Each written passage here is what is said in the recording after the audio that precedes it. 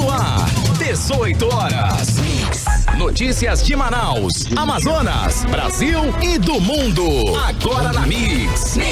Muito bem, 6 horas em ponto em Manaus. Muito boa noite pra você em 100,7. Boa noite pra você que está ligado aí, né, na 100,7. Pra você que está no Mano, nas redes sociais. Muito boa noite, sejam bem-vindos. Vamos juntos no melhor mix até às 7 da noite. Começa agora o programa 18 horas aqui em Vamos Juntos, o espaço do jornalismo sério com responsabilidade feito especialmente pra você, querido ouvinte, aí na sintonia certa. Carlos Júnior, Karime Leão e Cid Soares. Tudo bem, Karime? Tudo ótimo e maravilhoso, Carlão. Uma boa noite pra você, boa noite pra você que acompanha a programação da Mix FM Manaus. Estamos juntos até às 7 da noite com 18 horas, aquele programa onde você encontra as notícias realmente relevantes pra você, cidadão, e é claro, aquelas reportagens exclusivas feitas pela nossa equipe de reportagens. Muito boa noite, Cid Soares. Hoje tem estreia, não é isso? Temos a estreia, exato. Boa noite. Estreia de quê? Hoje temos estreia do nosso colunista. Vocês não me falam nada, eu chego aqui e passo batido. É sempre boa noite. bom. Tudo certinho? Tudo ótimo. Você tá toda arrumadinha, você vai pra noite hoje? É sexta-feira. Não, tô sempre arrumadinho. Não, eu sei, né? Hoje tá mais. Hoje tá mais. Tá bom, obrigado. Tá com cara de que tem a mais. É. Tá com cara de climão, torta de climão. É isso? Tudo bem?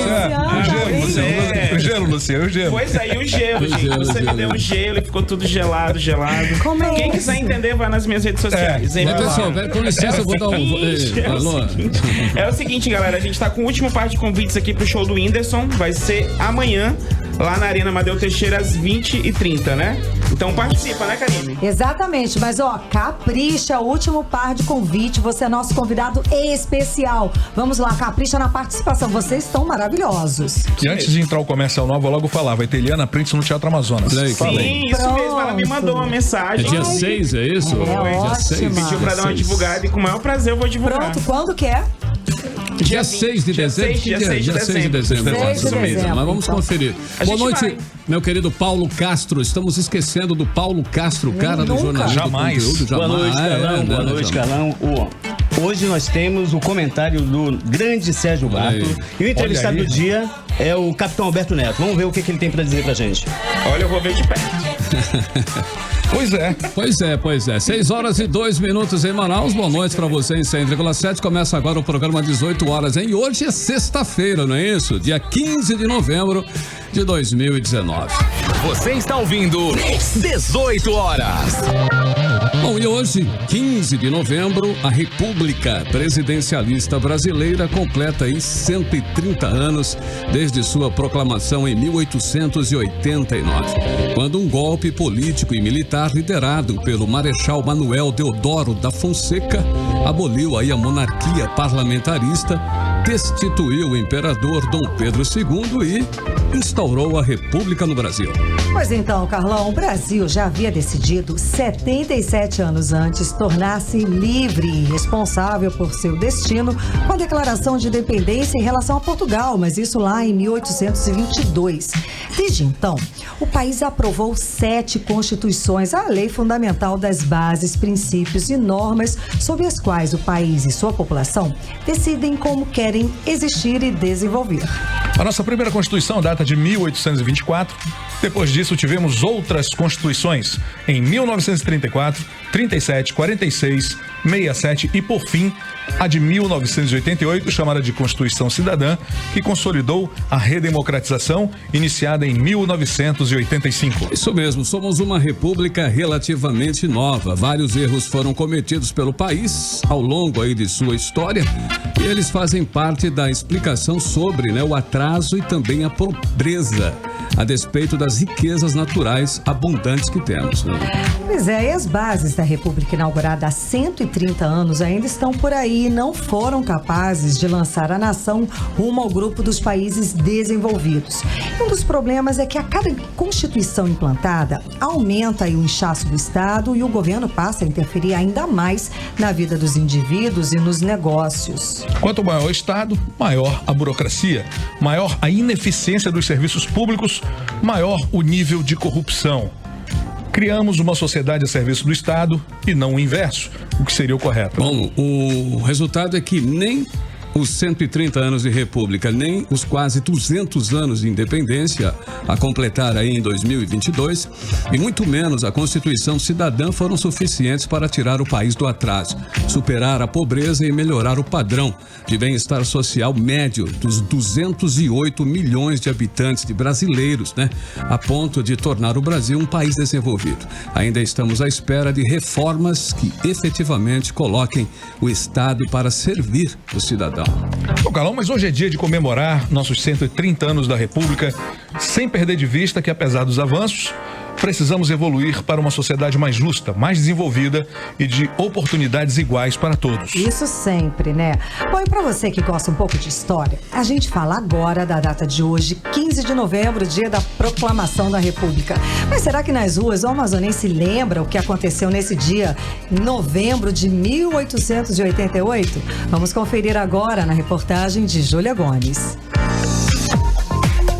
Nesta sexta-feira, muita gente não foi trabalhar por conta do feriado, mas alguns não sabem o porquê da data, como é o caso do segurança de trabalho Rodson dos Anjos e da cabeleireira Mirley Borges. Tenho a mínima ideia, mas... Não, deu branco. Vai passando, né? E a gente vai deixando pra lá, vai esquecendo. Já o militar Lucas Rodrigues arriscou uma resposta. Pelo que eu estudei de história, foi depois que a gente saiu do imperialismo. Tem até aquele quadro, né, do imperador lá. Só que foi uma forma dos três poderes, né? O executivo, o legislativo, tirar o imperialismo. A monarquia, na ocasião, do poder, naquela época. Quem também não faltou às aulas de história foi o analista contábil Júlio Silva. A proclamação da República foi quando deixou de ser a República, os generais lá, né, eles tomaram de conta do poder. Então daí passou a República. Antes era comandado pelo imperador Dom Pedro II. A insatisfação com a política imperial e o estabelecimento de novas relações de trabalho a partir do fim da escravidão formaram um cenário que levou ao nascimento da República, como explica o professor de História, Gerson Vieira. A palavra República significa coisa pública, né? Foi um momento importante da nossa história, que o Brasil passou a ser um país republicano. Antes do Brasil era uma monarquia, e a República é importante porque o conceito que nós temos de sociedade hoje no Brasil se deu em conta a República, né? Os direitos, os três poderes, o executivo, o legislativo, o judiciário. Então o Brasil hoje é uma república federativa. Foi muito importante que o Brasil se tornasse uma república, visto que temos um feriado, apesar dessa república ter sido construída com a ideia de que seria para todos, mas sabemos que não é bem assim, né? Mas de qualquer forma é importante sermos um país republicano. Volto com vocês. E lembrando também que hoje é Dia Nacional da Umbanda. O Dia Nacional da Umbanda foi instituído em 2012. A data foi escolhida por ser considerada aí o dia do surgimento da religião aqui no país. E a partir de hoje, toda sexta-feira, vamos contar com a participação do jornalista Sérgio Bartolo, nosso editor executivo. Vamos ouvir. Boa noite a todos. Que bom estar de volta aqui ao 18 horas. Hoje estamos sextando com 2 fatos históricos no país. Para começar, peço licença para colocar essa música aí. Liberdade, liberdade, a presença sobre nós. Isso aí foi o refrão do hino da Proclamação da República Brasileira. A letra diz: liberdade, liberdade, abre as asas sobre nós, das lutas na tempestade, dá que ouçamos tua voz. Já se foram 130 anos do movimento que reuniu militares e civis e derrubou a monarquia. Prometeu colocar o povo no centro das decisões e cuidar do bem comum. Promessas a serem cumpridas. Ainda hoje há eleitos que tomam para si a coisa pública. Toda essa estrutura do Estado paga com o dinheiro do cidadão e que deveria ser usada para o bem comum. Ainda hoje, muitas vezes a máquina pública é usada de forma criminosa para enriquecimento ilícito. República quer dizer coisa pública, a busca do bem comum. Um dos seus pilares são as leis, as regras para organizar nossa relação um com os outros. Por exemplo, a gente paga a polícia e a justiça para não precisar andar com um revólver na cintura e resolver desavenças na porrada ou a tiros. Quando as leis são jogadas no lixo, também vão para o lixo as possibilidades de vivermos numa república. A responsabilidade maior dos problemas, é claro, está na grande corrupção. Mas é preciso também que cada cidadão cumpra a sua parte. O pisca-pisca no trânsito, a fila, não pagar propina, essas coisas do dia a dia que às vezes parecem normais. O outro fato histórico de hoje, fazem 30 anos da primeira eleição para presidente depois da ditadura no Brasil. Depois de 29 anos sem eleição, o povo elegeu Fernando Collor de Mello, aquele presidente que confiscou a poupança dos brasileiros. Então, não podemos esquecer que, bons ou maus, honestos ou ladrões, competentes ou incompetentes, os dirigentes políticos estão lá porque alguém votou neles. E esse alguém também tem sua parte de responsabilidade. Então, Karime, Cid e Carlão, ouvintes, é bom ficar ligado hoje para decidir amanhã. Boa noite. Você está ouvindo 18 horas. Boa noite, né? Boa noite. Sensacional o comercial de Sérgio Bartolo. Sensacional. Digo mais, Sérgio Bartolo foi perfeito. Aliás, ele deve voltar na próxima sexta com outro comentário sensacional. Falar nisso, Carlão, tem que emendar aqui a voz também, né? Hoje comemora aniversário o nosso Mengão. 124 anos, né, da galera rubro-negra, comemorando sempre em grande estilo. Sempre. É isso. Bom, muito bem, o governo do Amazonas vai gastar mais de 68 milhões de reais em propaganda em 2020, mesmo depois do congelamento de salários do funcionalismo, atrasos no pagamento da folha do Estado de novembro e dezembro. Bom, este ano a Secom já empenhou mais de 61 milhões de reais, de acordo com o portal da Transparência do Estado. Vamos conferir os detalhes dessa história agora com a repórter Odineia Araújo. A verba para as empresas de publicidade e propaganda contratadas pela Secretaria de Comunicação do governo Wilson Lima no ano que vem, no total, é de 68 milhões e 700 mil reais. O valor equivale ao período de 21 de novembro deste ano a 20 de novembro de 2020. Essa verba, de acordo com um publicitário consultado pelo 18 Horas e que não quis se identificar e nem gravar a entrevista, dá para fazer muitas campanhas durante todo o ano e também para todos os meios de comunicação. Para se ter uma ideia, somente a campanha publicitária do governo Bolsonaro em defesa do pacote anticrime do ministro da Justiça Sérgio Moro custou 10 milhões de reais. O gasto do governo do Amazonas em propaganda se choca com as medidas anunciadas para conter gastos em 2019. Em maio, o governador Wilson Lima anunciou medidas de austeridade com a meta de economizar no mínimo 50 milhões ao mês e 600 milhões de reais em um ano. Em julho, sob protesto dos funcionários, a Assembleia Legislativa aprovou o projeto do governador que congelou o salário dos servidores do Estado até 2021 e limitou o teto de gastos do Estado. Em outubro, o governador publicou o decreto que atrasou o calendário de pagamento de salários de novembro para os dias 3 e 4 de dezembro e os de dezembro para os dias 3 e 4 de janeiro de 2020, deixando o funcionalismo sem o salário de dezembro para as festas de fim de ano. Os 68 milhões de reais que o governo do estado pretende gastar em propaganda no ano que vem significa quase 7 vezes o valor da Mega Sena acumulada que vai ser sorteada neste sábado. Odineia Araújo para o 18 Horas. 18 horas. Cidades. Menino, você sabe aquelas gordurinhas, né, que as crianças têm, todo mundo acha bonitinho, quer apertar a gordurinha, neném? Sabe aquela? Pois é, o excesso dessas massas de gordura podem provocar o surgimento de vários problemas de saúde, como diabetes, doenças cardíacas e a má formação do esqueleto. A obesidade é um dos maiores problemas de saúde pública do mundo. Pois é, e vale destacar também que Manaus está em primeiro lugar no ranking nacional com mais obesos entre as capitais brasileiras. Para conscientizar aí a população, o Ministério da Saúde lançou a campanha 1, 2, 3 e já vamos prevenir a obesidade infantil, como explica a repórter Nathalie Moraes. A ideia é incentivar as crianças a seguirem 3 passos simples para evitar o sobrepeso: alimentação saudável, atividade física e brincar longe das telas da TV, celular e jogos eletrônicos.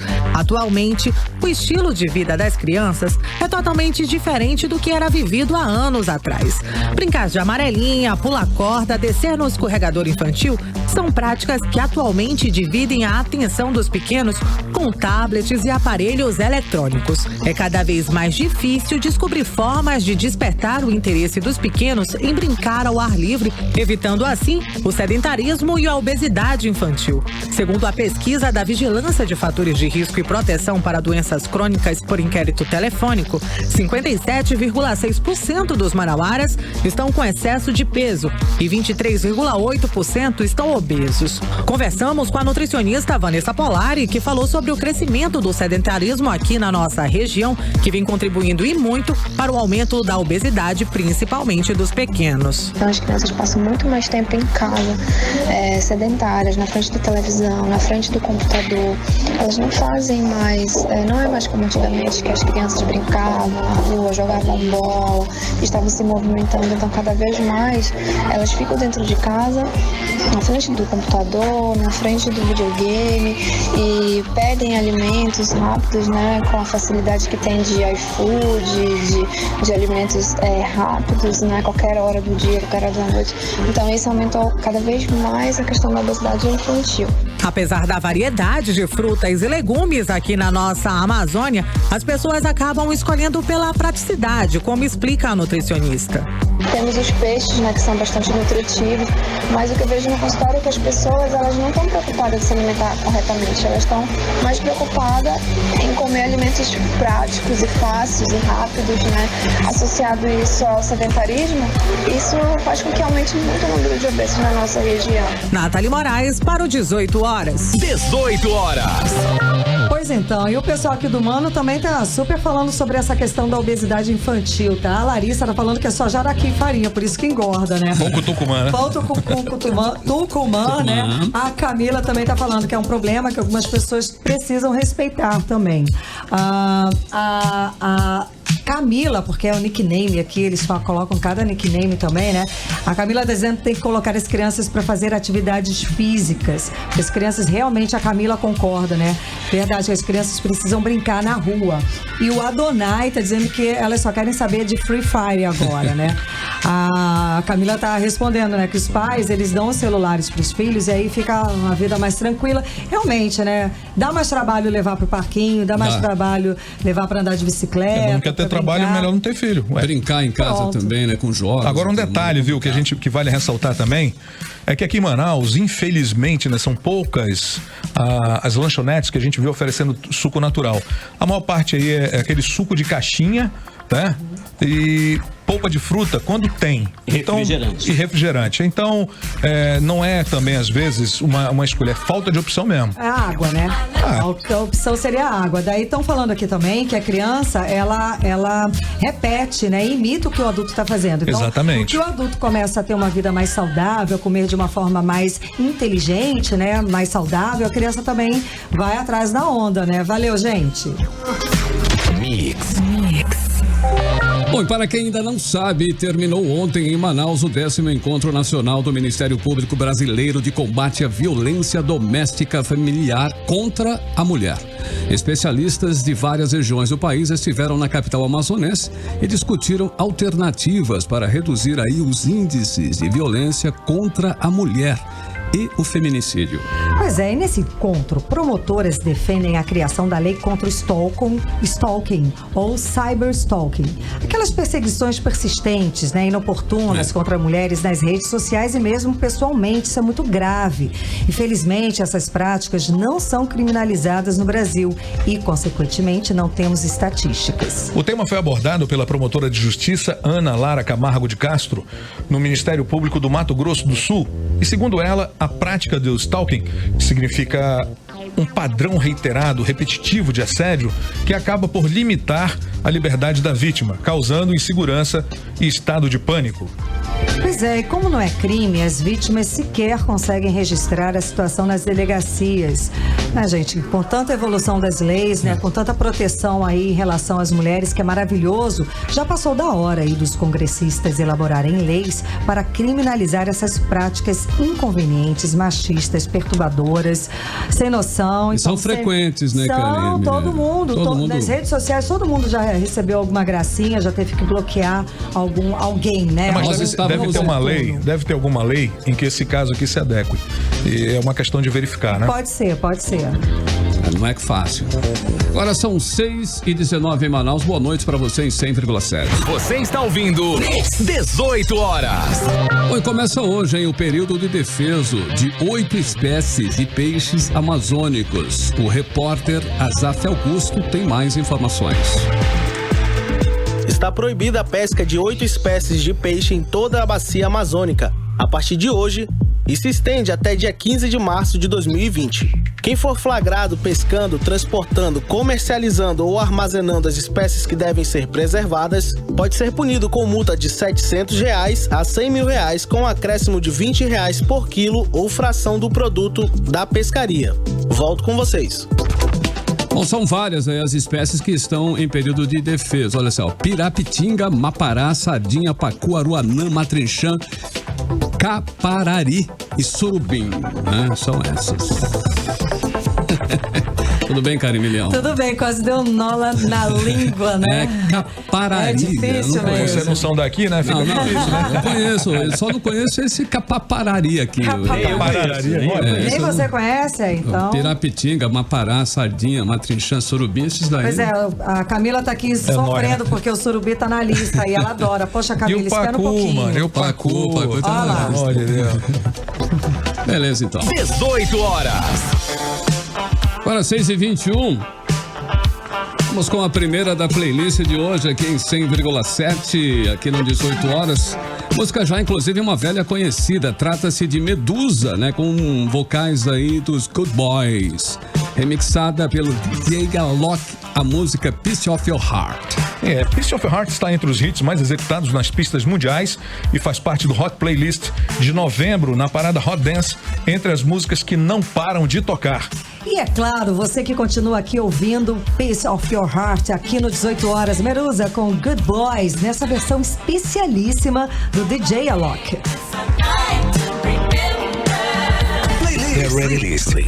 Playlist 18 horas. Uma que você conferiu aqui em 100,7 Mix 6h24, Medusa, Good Boys, Alok, Piece of Your Heart.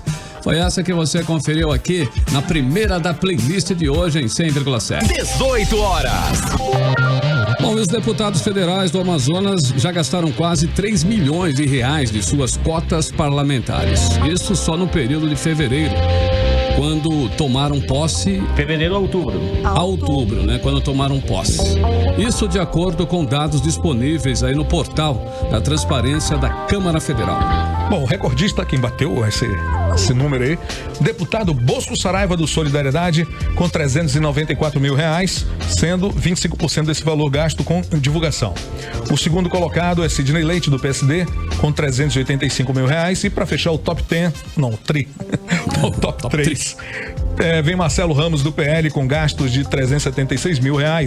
Sidney Leite e Marcelo Ramos utilizam a maior parte do cotão em passagens aéreas ou locação de aeronave. Bom, cada deputado do Amazonas tem direito a uma cota mensal de R$ 43.570, além do salário bruto de R$ 33.763. No total, os 8 deputados federais do Amazonas gastaram R$ 2.886.000.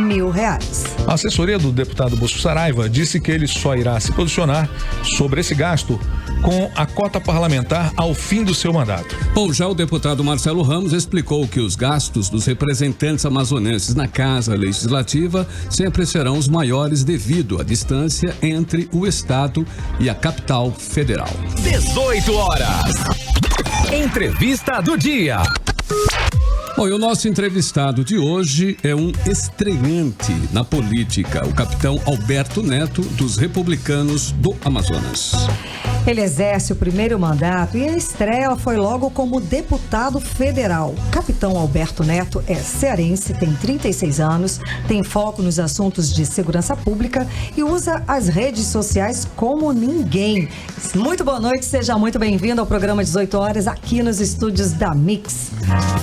Boa noite, para mim é uma honra estar aqui com a só fera na rádio da política amazonense e mandar um abraço para todos os ouvintes, dizer que a gente está aqui à disposição para trabalhar cada dia mais pelo nosso povo, para mudar a realidade desse país.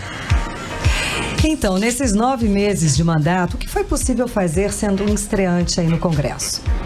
Graças a Deus a gente tem formou uma equipe muito proativa. Então, se a gente for analisar, tem um ranking dos políticos, e última vez que eu olhei o ranking dos políticos, eu fiquei entre os 37 deputados do Congresso, deputados não, políticos do Congresso, né? Tanto deputados como senadores. E aí a gente vai analisar os dados que eles utilizaram como parâmetro para ver se a gente está trabalhando muito ou está trabalhando pouco.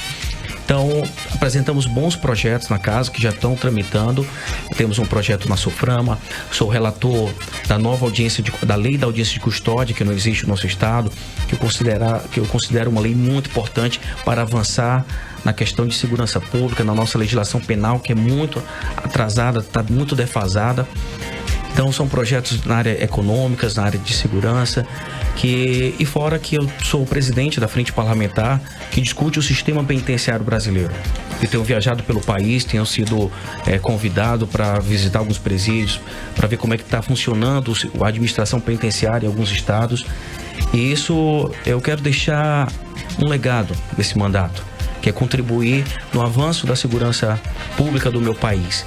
Utilizar a experiência que eu tenho nas ruas da minha cidade como policial, né, desarticulando quadrilhas, lutando contra o narcotráfico, utilizar essa experiência da prática para o Congresso, né, transformando em bons projetos, em leis que ajudem o nosso país. Deputado, o senhor já até mencionou aí, um dos seus projetos propõe o fim da liberdade provisória para quem comete homicídios em audiência de custódia, e o senhor também defende o fim das audiências de custódia. Por quê? Na verdade, não tem como ter fim a audiência de custódia, porque o nosso país ele é signatário do Pacto de São José da Costa Rica, que fala sobre direitos humanos, e um dos artigos desse pacto é a audiência de custódia. Temos que apresentar o preso o mais breve possível na presença de um juiz. Só que a nossa legislação se omite para dizer como é que isso vai funcionar. E o nosso país não tem nenhuma legislação. O CNJ acabou trazendo uma portaria dizendo como se vai acontecer essa audiência de custódia, e o Congresso se omitiu na legislação. Nós estamos discutindo agora o novo Código de Processo Penal. E eu fui convidado para ser o relator, então fiz algumas audiências públicas sobre a audiência de custódia, entendi quais são os problemas da ponta, do defensor público, do Ministério Público, do juiz, do advogado, então todos participando e juntos construindo uma legislação eficiente. Hoje a audiência de custódia, ela tem sido mal utilizada, tem sido um custo processual para o nosso país, porque essa audiência não vale para o processo. E como seria o ideal? É que essa audiência a gente utilizasse para o processo. A gente não perdesse tempo fazendo uma outra audiência para começar do zero. Já que está na presença do juiz, já tem um Ministério Público, tem um defensor, tem um advogado, tem o auto de prisão em flagrante, mostrando todos os dados que ocorreu a prisão.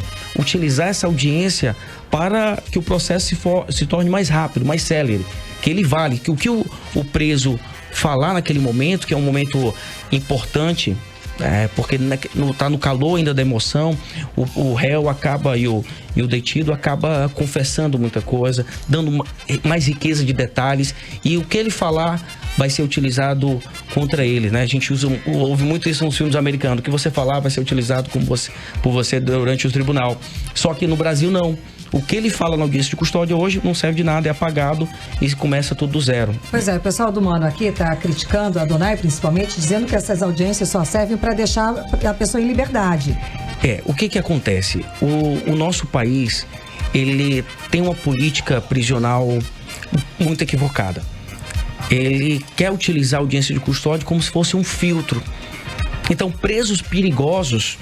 muitos presos perigosos acabaram sendo liberados na audiência de custódia. E isso foi muito ruim. Apesar que quando como fiz um estudo agora e olhei as estatísticas, a maioria vão para a cadeia, grande maioria. Mas acaba passando alguns casos.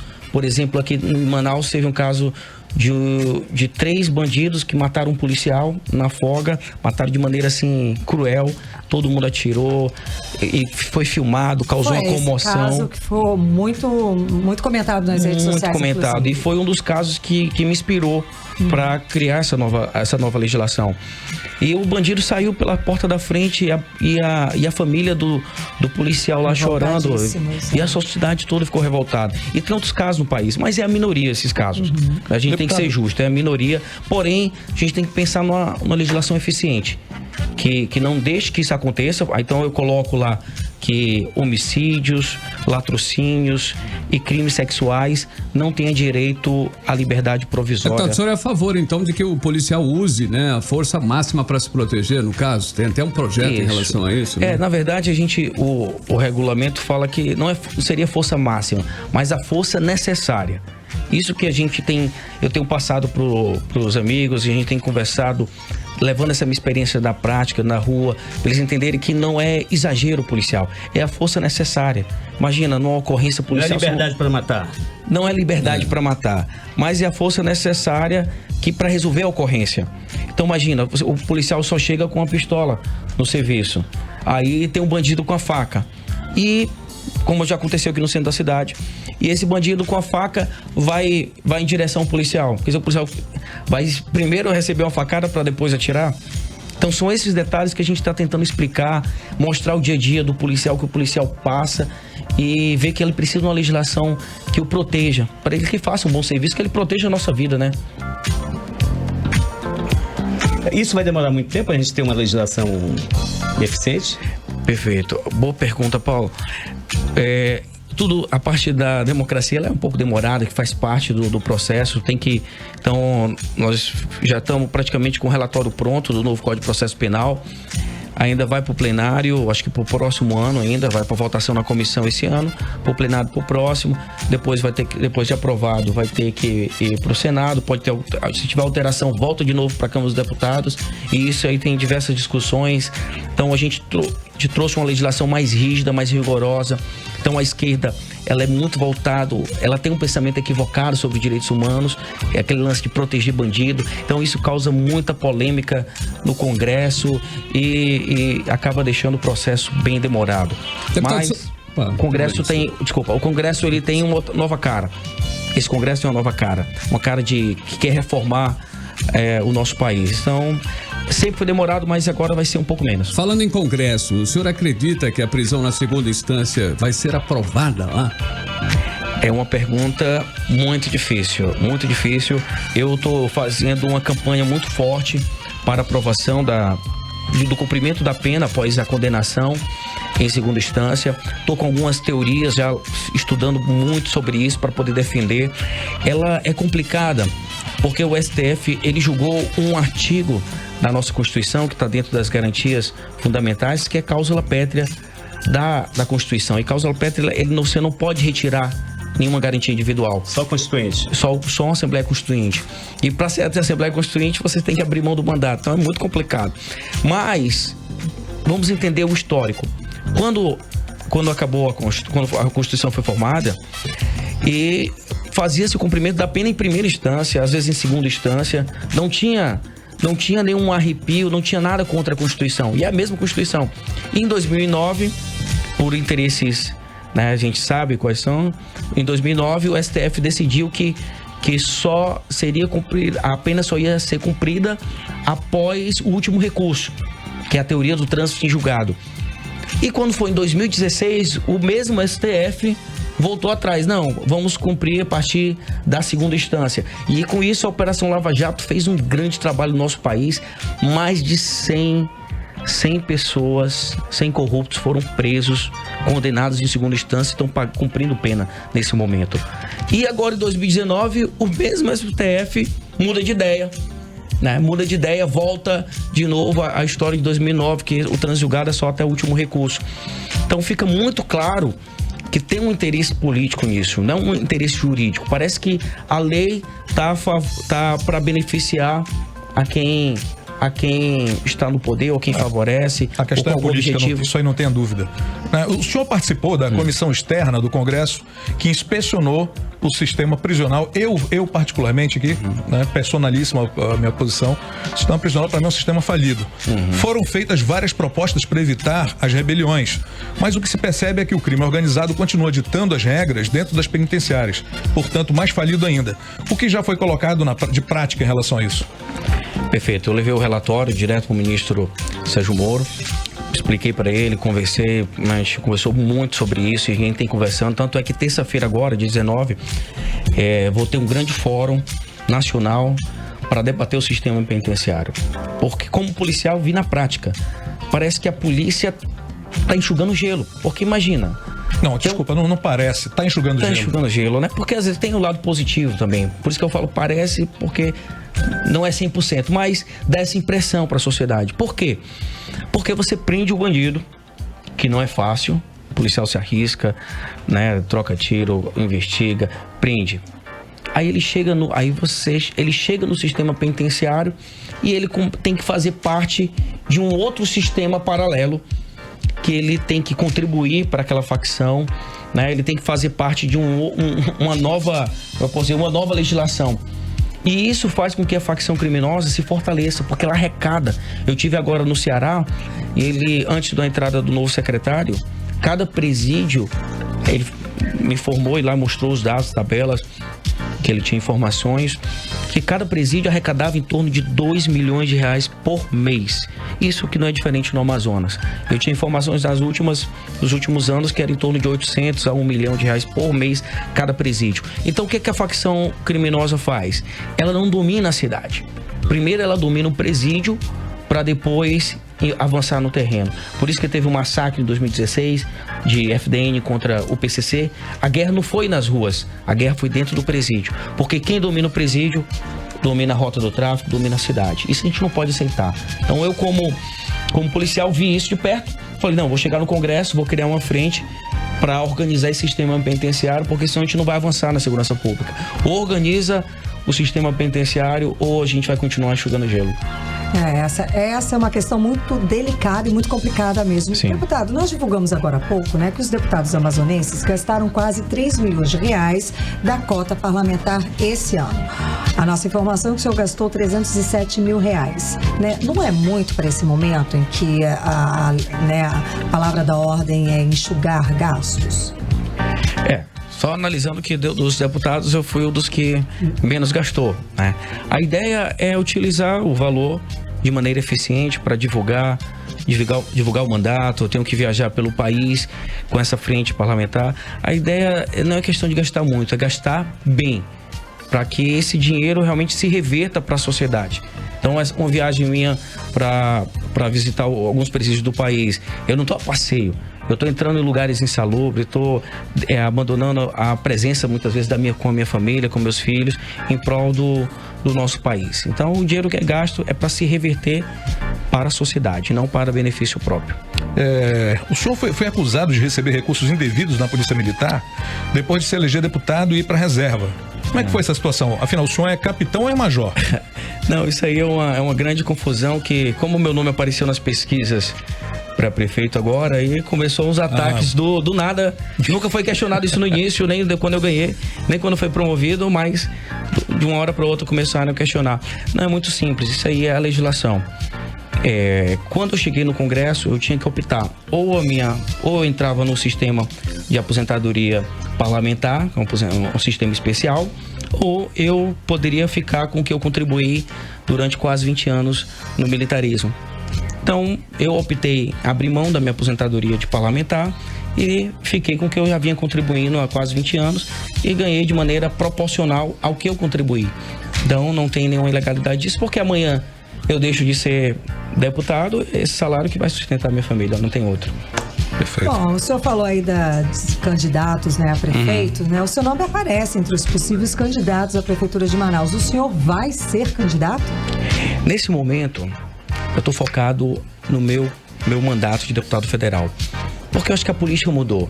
Aquela história de se antecipar para ir lá na feira, ficar abraçando o povo, né? Fazendo aquela campanha antecipada. Se o povo me elegeu para estar em Brasília, legislando, trabalhando, então é injusto com o meu eleitor. Seria, como eu posso dizer, canalice da minha parte.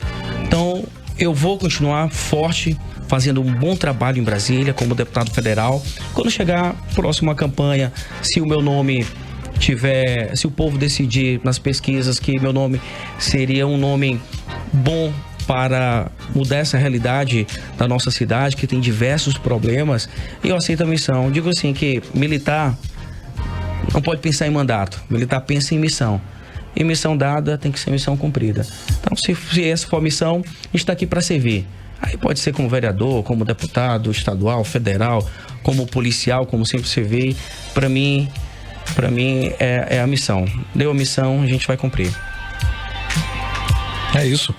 E, bom, a gente está falando assim de uma possível candidatura para a Prefeitura de Manaus, né? E o senhor falou aí de vários problemas. Poderia apontar 3 problemas principais aqui na cidade? Perfeito. Nós temos um problema muito grave na nossa cidade, que é o saneamento básico. É incrível, eu comandei aquela área ali do Educanos e você vê aquelas palafitas, o povo morando numa situação calamitosa, numa região tão bonita da nossa cidade. Nós temos uma natureza tão bela e a gente não utilizar, em vez de deixar, por exemplo, uma favela ali, por que o Estado não interfere e muda a realidade daquele local, levando saneamento básico, um projeto de habitação, uma orla bonita, que atraia turista, que gere emprego para o nosso povo. A gente pode fazer muito mais, a gente pode mudar a estrutura, tornar um ambiente, eu posso dizer, um ambiente propício para novos investimentos, que o investidor venha para cá se sinta seguro. Pô, a cidade está sendo organizada, está crescendo, o dinheiro está sendo bem utilizado, Manaus não vai quebrar. Isso me deixa muito triste em relação ao saneamento básico, que nós temos praticamente 20% da cidade saneada. Então, para uma cidade grande, que tem uma boa arrecadação, né, não tem justificativa para isso. Como é que tem lugares da nossa cidade que ainda não tem nem água, a água nem chega para o nosso povo, e cercamos, e nós temos a maior fonte de água do planeta. É inadmissível isso. Problemas como mobilidade urbana, muito grave, a gente parou muito no tempo, a cidade parou de fazer obras, grandes obras, e foi crescendo, e não parou de crescer, só que a cidade parou de se organizar, e aí quando chega às 5 horas da tarde, a cidade toda está parada. Isso é um absurdo. Um outro problema grave ainda é a segurança pública. Agora imagina, Manaus é uma cidade perigosa, porque nós fazemos fronteira com os maiores produtores de droga do mundo. Então Manaus vira um celeiro de distribuição de droga, e nós temos uma guarda municipal desarmada ainda. Nós temos agentes, guardas municipais, que apanham na rua, que poderiam estar contribuindo também na segurança pública, já que ele está fardado, está em pontos estratégicos. Por que esse guarda municipal não está armado, não está treinado?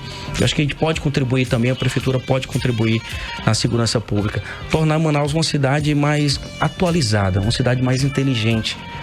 Não tem câmeras pela cidade que linke a saúde, que linke a segurança. Muitos acidentes, pouco acesso ainda ao poder público. Muito obrigada pela sua presença hoje aqui no 18 horas. Conversamos com o capitão Alberto Neto, do Republicanos do Amazonas. Suas considerações finais. Primeiro eu quero mandar um abraço a todos os ouvintes da Rádio Mix. Falar que sou fã aqui de vocês, estão sempre ligados, as músicas são muito boas e estou aqui à disposição. Dizer que a gente está aqui para servir o nosso povo e dizer que utilizei muito o lance como policial, de aproximar o policial militar da sociedade. Dizer que o policial não é o inimigo, que ele está ali para ajudar, para trabalhar pelo povo. E na política não pode ser diferente. Nós temos uma participação muito grande nas últimas eleições, que a gente não pode parar. Eu quero continuar utilizando as redes sociais para trazer a população para dentro da política, para cobrar, para fiscalizar. Eu estou criando um gabinete virtual para que o nosso eleitor, o nosso cidadão possa mandar ideias de projetos. E logo vou fazer uma promoção, vou tirar do meu salário, logo falando aqui, quem mandar o melhor projeto e transformar-se num projeto de lei, a gente paga uma passagem para ir para Brasília, para conhecer o Congresso. A gente quer trazer a população mais próximo da política, para mudar a cara da política no nosso país. Muito obrigada, uma ótima noite para você. Bacana, agora 6h46 em Manaus. 18 horas. Bom, vamos com a segunda música da nossa playlist, hein? A música é Calma, do cantor porto-riquenho Pedro Capó. Uma versão remix com Farruko. Foi lançada em outubro de 2018. O vídeo remix recebeu mais de 1,6 bilhão de visualizações no YouTube. E desde o lançamento a música se tornou um enorme sucesso, liderando as paradas da Argentina, Bolívia, Chile, Colômbia, Costa Rica, República Dominicana, El Salvador, Guatemala, Itália, México, Panamá. Mundo. Deu? Foi no mundo. Meu irmão, Paraguai, Peru, vai tudo aí, né? Venezuela. A música também recebeu uma certificação de platina dupla da América pela Russia Industry Association of America, por mais de 120 milhões de vendas e além das gravações. É um sucesso absoluto. E após o seu sucesso, uma versão remix com Alicia Keys foi lançada em 19 de abril desse ano. Finalmente, o remix futuro de Alan Walker, do remix Farruko, foi lançado aí em junho pela Sony. Vamos então conferir Calma, a versão remix com Pedro Capó, Alicia Keys e Farruko. Playlist 18 horas. 6h51, a segunda da playlist de hoje, Calma, né? Porto-riquenho Pedro Capó em 100,7, uma versão remix aí do Farruko. 18 horas. O presidente da República, Jair Bolsonaro, anunciou em suas redes sociais que a rodovia BR-319 estará com os seus quase 900 quilômetros totalmente em obras de pavimentação no ano de 2021, como explica a repórter Nathalie Moraes. Durante visita a Manaus na tarde desta quinta-feira, o ministro da Infraestrutura, Tarcísio Gomes, falou sobre o início da pavimentação da BR-319. O ministro falou dos 2 segmentos da BR, sendo um deles no Careiro com 52 quilômetros. As obras de pavimentação nesse trecho, segundo o ministro, já iniciam no ano de 2020. E anunciamos aqui também o início da pavimentação da BR-319. No início do ano que vem, a gente já faz a licitação para a pavimentação dos primeiros 52 quilômetros saindo do Careiro, direção a Porto Velho. E já estamos contratando, no mês de dezembro, o projeto de engenharia para o trecho do meio. Em 2021, nós vamos ter toda a 319 em obras, que é o que o Amazonas merece e é a promessa do presidente Jair Bolsonaro para a região. Logo após a visita do ministro à nossa capital, o presidente Jair Bolsonaro confirmou as informações em suas redes sociais. Está iniciando a pavimentação da primeira parte da BR-319, que liga Manaus, Porto Velho. Na verdade, no início do ano que vem começa esse trabalho.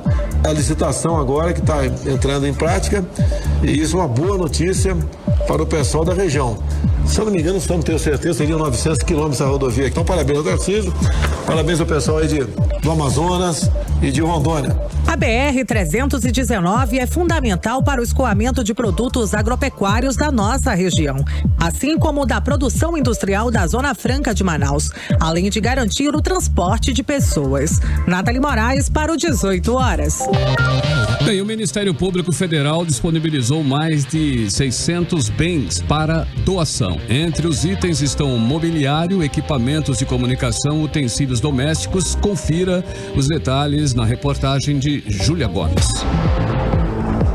O Ministério Público Federal no Amazonas está doando 604 itens de seu patrimônio. Entre os bens disponíveis estão mobiliário em geral, utensílios domésticos e de escritório, aparelhos e equipamentos de comunicação e processamento de dados. Podem solicitar a doação instituições públicas federais, estaduais e municipais, além de instituições filantrópicas e as organizações da sociedade civil de interesse público. Os órgãos têm até o dia 22 de novembro para manifestar interesse. A doação dos bens será efetivada conforme ordem de preferência definida pela legislação vigente. Caso haja mais de um interessado, o atendimento será feito de acordo com a ordem de chegada das manifestações. O edital do processo de doação de bens e a lista completa dos itens a serem doados estão disponíveis no site do MPF no Amazonas, no endereço eletrônico www.mpf.mp.br/m. Volto com vocês. Um levantamento do Paraná, pesquisa mediu o humor do brasileiro em relação ao fim da prisão em segunda instância, depois da decisão tomada pelo Supremo Tribunal Federal na semana passada. Para 61,4% dos entrevistados, a corrupção vai aumentar. A nossa repórter Nathalie Moraes foi ouvir a população aqui em nossa cidade sobre o assunto. Vamos conferir. O Instituto Paraná Pesquisas ouviu 2,6 mil habitantes e revelou que 61,4% da população brasileira acredita que a corrupção no Brasil vai aumentar com a decisão do Supremo Tribunal Federal de declarar inconstitucional a prisão em segunda instância. Para 27,2%, seguirá como está. E para 7,2% irá diminuir. Já para 4,2% que não souberam ou não responderam sobre o assunto. Aqui na nossa cidade, as opiniões foram as mais diversas possíveis. Para o arquiteto Romário Ribeiro, as leis brasileiras ainda deixam muitas brechas. Esse recurso recente de prisão em segunda instância não vai ser a pior e nem a melhor maneira de se cumprir a lei ou combater a corrupção, já que inúmeras brechas na lei acabam facilitando, a soltura de réus culpados. Já para outros, a corrupção está ligada a uma questão cultural e moral, como explica o funcionário público Kleber Rocha. Eu acredito que não vai aumentar, porque a corrupção não depende de primeira ou segunda instância. A corrupção, para acabar, depende do caráter das pessoas que a praticam, O estudante Carlos Júnior acredita que essas mudanças não interferem em nada, já que continuaremos com o famoso jeitinho brasileiro. Acredito plenamente que a corrupção não vai aumentar. Uma mudança como essa só implica na aplicação da legislação. Então, mudar a lei, por exemplo, não muda o caráter das pessoas. Assim como a maioria dos entrevistados no restante do Brasil, Dona Francisca de Lima acredita que sim, a corrupção vai aumentar com a volta dos processos. Só sei que isso vai dar continuidade, ele vai aumentar, com certeza, esse negócio desses corruptos. E você, ouvinte, qual a sua opinião sobre o assunto? Eu volto aos estúdios com vocês. 18 horas. Muito bem, Mix 6h56, já nos finalmente, Karime Leão.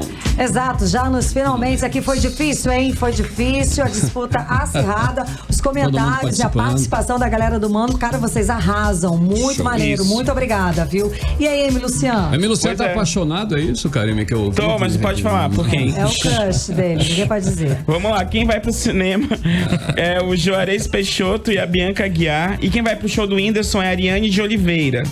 Parabéns. Ariane, parabéns, galera. Muito obrigada pela participação. Até o meio-dia amanhã, hein? Ah, sim, buscar aqui na Rádio Mix até o meio-dia, tá? Amanhã, tá? Sábado. Agora, 6h58. Seguimos para o editorial 18 horas. Editorial 18 horas. Hoje ouvimos o presidente Jair Bolsonaro informando que daqui a 2 anos a BR-319 estará em obras. Depois de eleito, é a primeira vez que ele fala diretamente sobre a situação da estrada que liga Manaus a Porto Velho e ao restante do país. Para quem não lembra, a BR-319, quando inaugurada, era totalmente asfaltada. Tinha acostamento, postos de combustíveis com restaurantes e telefone, de 100 em 100 quilômetros. Foi inaugurada em 27 de março de 1976. Por vários motivos, foi se deteriorando. O asfalto foi desaparecendo, parte foi recuperada, inclusive. Mas o seu chamado meião, com cerca de 400 quilômetros, ficou no barro. As preocupações ambientais para proteger a floresta devem ser mantidas e cobradas. Mas a recuperação total da estrada é uma reivindicação da maioria do povo do Amazonas. Uma reivindicação que é um direito de termos um bom caminho por terra para visitar o nosso próprio país. Que não seja apenas mais uma promessa. Tenham todos uma excelente noite e um bom final de semana. Né, Karime, Cid? Tudo bem? Boa noite e até amanhã. Boa noite. Amanhã não, amanhã sim. Amanhã sim. Amanhã o Cid tá aqui. Cid de plantão amanhã. Boa noite. Ótimo final de semana a todos. Valeu pela companhia, até segunda. Voltamos na segunda com você em 100,7. Continue aí, continue bem. Daqui a pouquinho tem Mix Todo. Você ouviu 18 horas. Você está na Mix, um mix de tudo que você gosta.